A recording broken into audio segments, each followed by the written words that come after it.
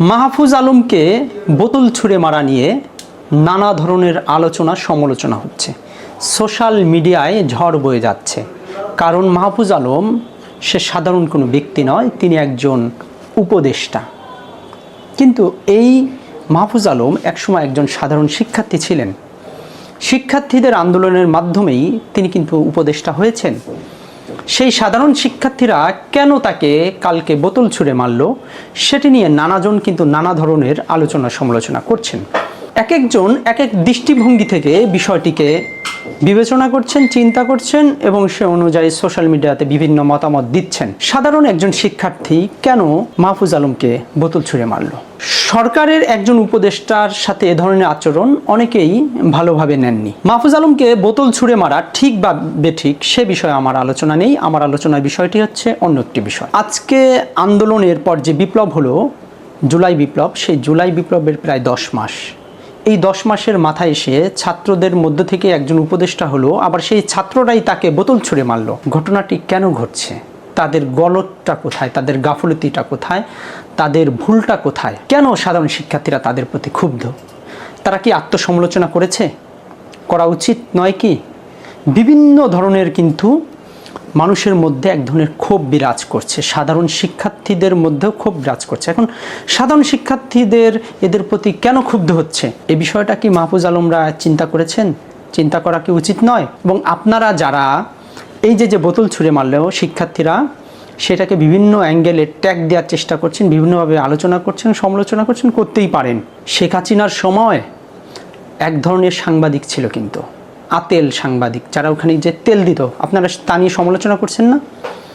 এখন এই মাহফুজ আলমরা যারা উপদেষ্টারা যারা ভুল করছে, এই সরকারকে সঠিক পথ আপনারা না দেখিয়ে যদি আপনারা সেই শেখ হাসিনার মতো তেল দেন, এক শ্রেণীর তেলবাজ ব্যবসায়ী ছিল, সাধারণ কিছু লোক ছিল যারা শেখ হাসিনাকে তেল দিত এবং শেখ হাসিনা বিভিন্ন সংবাদ সম্মেলনে এসে এই তেল দিত, কিন্তু সেখানে কিন্তু কোনো গঠনমূলক আলোচনা বা সমালোচনা হতো না।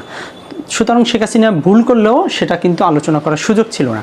এখন আপনারা যারা বিভিন্ন ধরনের আলোচনা করছেন, সমালোচনা করছেন, করতে পারেন, সেটা আপনাদের ব্যক্তিগত বিষয়। কিন্তু যদি ইন্টেনশনালি করেন সেটা আলাদা বিষয়। যদি ইন্টেনশনালি না করেন তাহলে আপনারা এই যে সাধারণ যারা শিক্ষার্থী থেকে উপদেষ্টা হলো, যারা ছাত্র প্রতিনিধি বা তারা যে রাজনৈতিক দল করলো, এরা যে ভুল করতেছে বা এদের নেতাকর্মীদের সম্পর্কে যে অভিযোগগুলো আছে সেগুলো যদি আপনারা ধরাই না দেন, সেগুলো যদি আপনার শুধরায় না দেন, এদেরকে তো আপনারা সেই হাসিনার মতোই অবস্থায় আপনারা নিয়ে যাচ্ছেন। বিষয়টা কি ভেবে দেখছেন? সাধারণ শিক্ষার্থীরা কিন্তু বোতল ছুঁড়ে মারছে, জুতা ছুঁড়ে মারে নাই।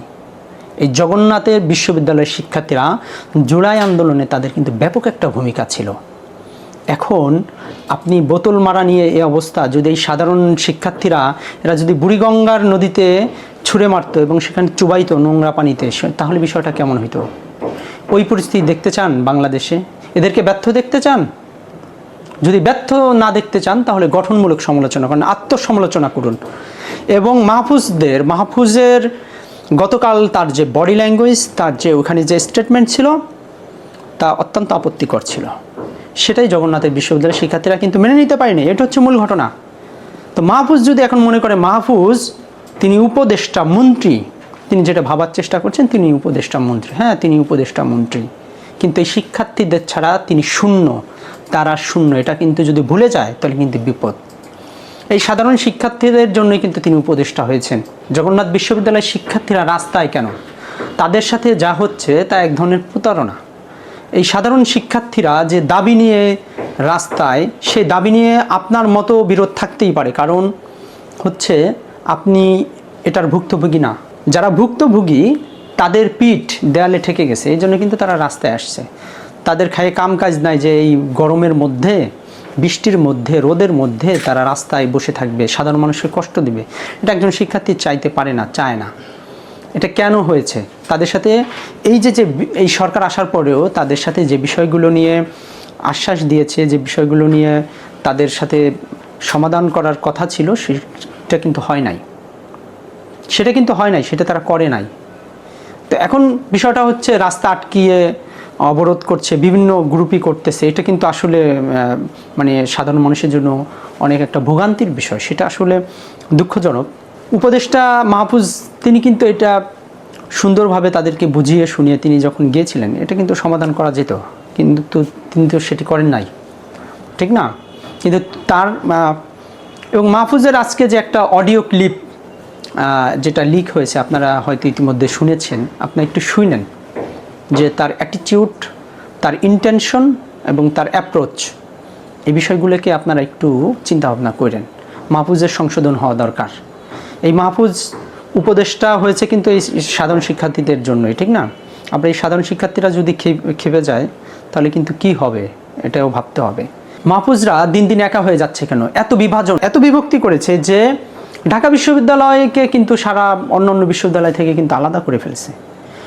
বেসরকারি বিশ্ববিদ্যালয় যারা এই আন্দোলনের অন্যতম আন্দোলনের মোড়টাই ঘোরাই দিছিল কিন্তু বেসরকারি বিশ্ববিদ্যালয়, ঠিক না? BRAC university, east West university, north south university সহ অন্যান্য ইউনিভার্সিটি, জাতীয় বিশ্ববিদ্যালয়, মাদ্রাসার শিক্ষার্থী, তাদেরকে তো এরা গুনেই না। কিসের কি তো এদেরকেই গুনে না, আর জগন্নাথ এদের কাছে টাইম আছে, এরকম একটা অবস্থা। এখন দেখেন এই বিভক্তিতে কিন্তু মঙ্গল বয়ে আনবে না। সাধারণ শিক্ষার্থীদের সমর্থন ছিল, আপনারা দিন দিন একা হয়ে যাচ্ছেন কিনা, একটু বড় প্রশ্ন। আপনারা সফল হন, এটাই শিক্ষার্থীরা দেখতে চায়, সাধারণ শিক্ষার্থীরা দেখতে চান। আপনাদের ভুলগুলো, আপনাদের যে ইগো আছে, এই ইগোকে প্রত্যাহার করতে হবে। দাম্ভিকতা, ক্ষমতার দাম্ভিকতা, এগুলো ভালো না। এই ক্ষমতার দাম্ভিকতার জন্য হাসিনা কিন্তু পলাইছে, 40 মিনিট সময় পাইছিল, ঠিক না? তো এটা যদি আপনারা ভুলে যান, হাসিনাকে তো আপনারাই পতন ঘটাইছেন, এখন যদি আপনারা সেটা ভুলে যান তাহলে কি আপনারা হাসিনার দেখানোর পথে হাঁটতেছেন? এটা মনে হয় একটা বায়োলজিক্যাল একটা যে হাসিনা যেটা করছে, এখন ক্ষমতা যাওয়ার পর আমরা সব ভুলে যাইতেছি, আমরা সেই একই পথে হাঁটতেছি, সে মনে হচ্ছে কি না? একটু ভাবেন, একটু চিন্তা করেন। সব কিছুতে তো রাগ হওয়ার কিছু নাই, ঠিক না? তো সাধারণ শিক্ষার্থী তো এরাও আপনাদের ভাই, এদেরকে নিয়ে আপনারা বসেন, এটা নিয়ে সমালোচনা করেন, আত্মসমালোচনা করেন, আলোচনা করেন। এদেরকে আপনি আলাদা ভাবছেন কেন? এরা আপনার পরিবারের অংশ না? ঢাকা বিশ্ববিদ্যালয় সহ সাধারণ শিক্ষার্থীরা যখন আন্দোলনে ঝাঁপিয়ে পড়ছিল, জগন্নাথ কিন্তু এদের সাথে ছিল, ঠিক না?